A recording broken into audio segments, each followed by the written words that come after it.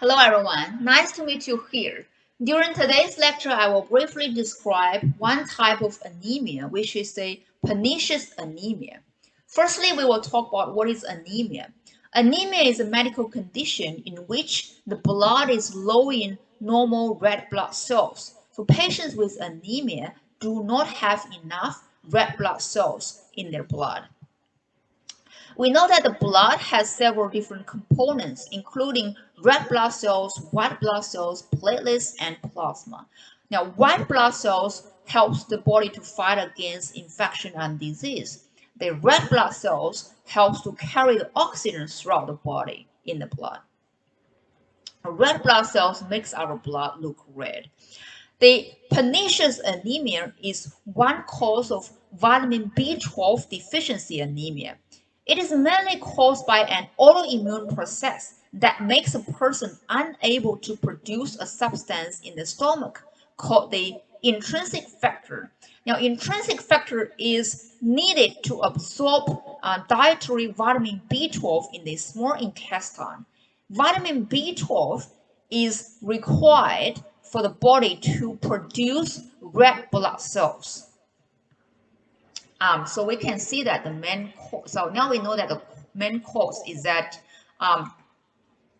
so now pernicious anemia is an autoimmune disease. What means autoimmune disease? So that means the body's own immune system attacks and destroys some cells called the parietal cells in the stomach, which makes the stomach produce less intrinsic factor.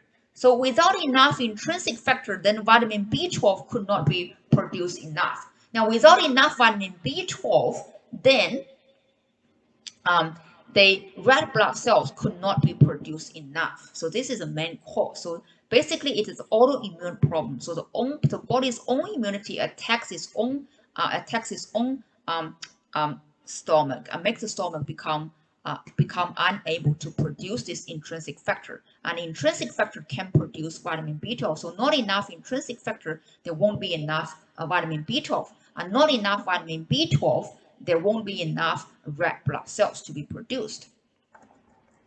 So that is the main cause. Now let's then have a look about the symptoms of pernicious anemia. The progression of pernicious anemia is typically slow. It might be difficult to recognize the symptoms in the early stage because the patient may become used to these symptoms and just not feeling well, but they don't know exactly what is reason. So common symptoms include fatigue, weakness, headache, chest pain, weight loss, pale skin. In more severe cases of vitamin B12 deficiency, including cases due to pernicious anemia, now people may have neurological symptoms, including unsteady gait, peripheral neuropathy, which is numbness in arms and legs, muscle weakness, depression, memory loss, and confusion. Other symptoms could include nausea and vomiting, constipation, loss of appetite, and heartburn.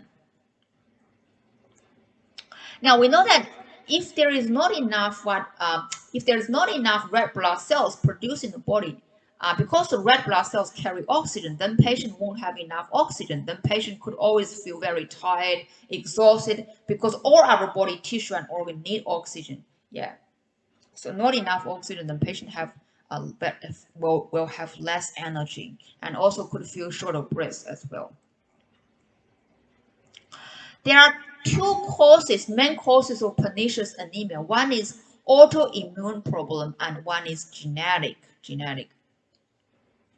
So again, the pernicious anemia occurs when the stomach can't make intrinsic factor and the small intestine can't absorb vitamin B12 from the diet. Yeah. The risk factors for pernicious anemia include having a family history of the disease. So we know that genetic factor plays a significant role as well. So people with family members who have this type of anemia have like higher possibility of develop the same condition.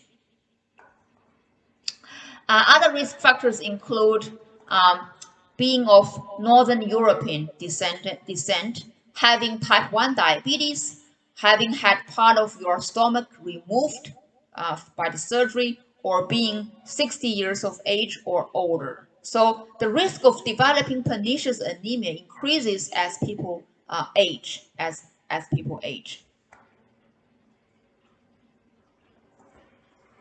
Sometimes pernicious anemia could be confused by other vitamin B12 deficiencies.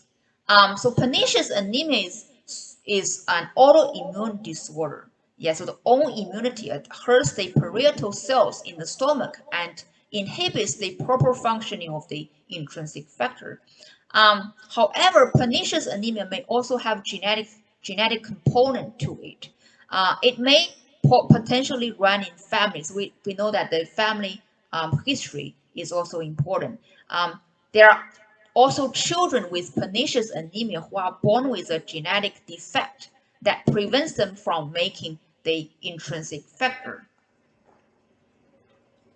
So how do we treat this pernicious anemia? So now let's have a look about the treatments. And for doctor to diagnose, firstly, for doctor to diagnose this condition, they normally will do a set of tests, including complete blood tests to check the hemoglobin level and the red blood cells level, or a vitamin B12 level could be tested in the blood.